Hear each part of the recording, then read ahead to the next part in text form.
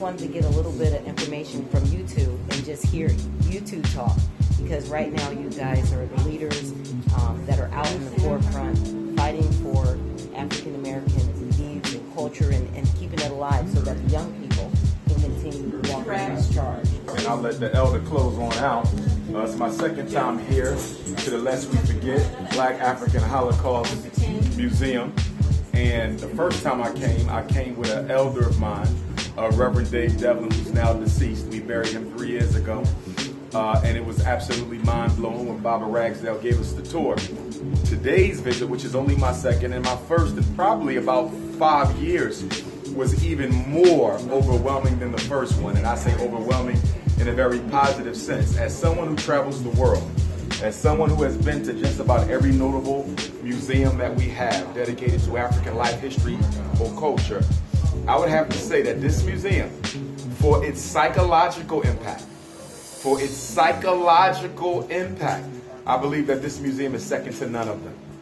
And I would add that along with some of the others, this museum has to be amongst the 5 mandatory museums that every child has to visit, that every African has to visit if you are serious about studying African history. We got a lot of great museums and we support them all. But from a psychological standpoint, and I am a psychologist, nothing can, I believe, provide the shock value to the sleeping, slumbering mind of black folks in America like the Lest We Forget Museum. And I think part of that is based on the fact that I believe there's ancestral energy in this museum because all of the artifacts are authentic. None of them are replicas. Everything here is authentic. So we want to hold you to that. If you say you're going to donate, don't put it out there if you're not going to hold true to your word. Make that donation. They can use it for sure.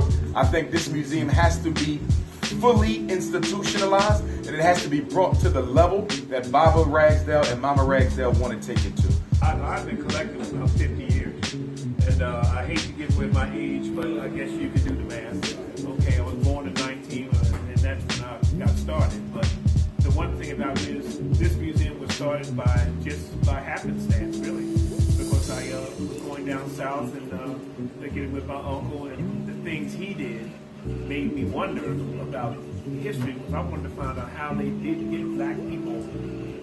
How did they get us here? To be absolutely nothing, and there must be a history behind it. And I said, I got to find it. And when he passed, and I went back down south and found the artifacts and things. Of course, the trunk I wanted. I went in the trunk and found out different things. That was the first set of shackles I began to collect. And as I collected, now we have about 450 pieces. And we're getting more. The gentleman, I meant to show you that, the gentleman sent it to me. And what he's done, he's a diver off the coast of Africa. They've been doing it. What he found? And he found a pair of shackles. And he had them a year. And what he did, he said, I want you to have them. So he sent them to me. And if you look at them, they look like they are in, you see, look at that. They've been in the ocean for quite a few years. Wow. What part of Africa do we know, Baba? He was telling me off the coast. He got it off the coast of Africa, right off the Atlantic Ocean, just into South Africa.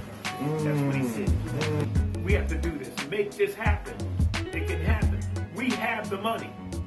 Black people have the money. Okay? We have more than we could ever imagine. We can buy anything we want. You see? When I saw him go to the basketball games and clock it out, black people load the basketball game up, load the football game up, load up everything, and they don't have no money. Something's wrong with that. That's because we don't put it together collectively. We have to learn that we got to support something other than a habit. We got to do that. You see? And this museum is important. And you, Michael Cord, Brother Shabari, all these brothers and myself, Brother Ali, we put our lives on the line for the children that are coming up and yet unborn. That's our job. We're doing our job. It's important. It's not something, well, we gotta do this. No, you're making a sacrifice. And a sacrifice is not when you have a lot and you use what you can and then some left over you give up. That is not a sacrifice. The sacrifice is when you give up what you have and really want to get it done. And if Black Lives Matter, let's make it matter to me. Thank you so much. Very powerful. You guys. Yeah. Thank you so much. All right, no problem, no problem.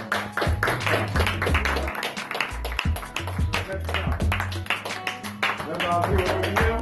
Man, doing that. Doing that.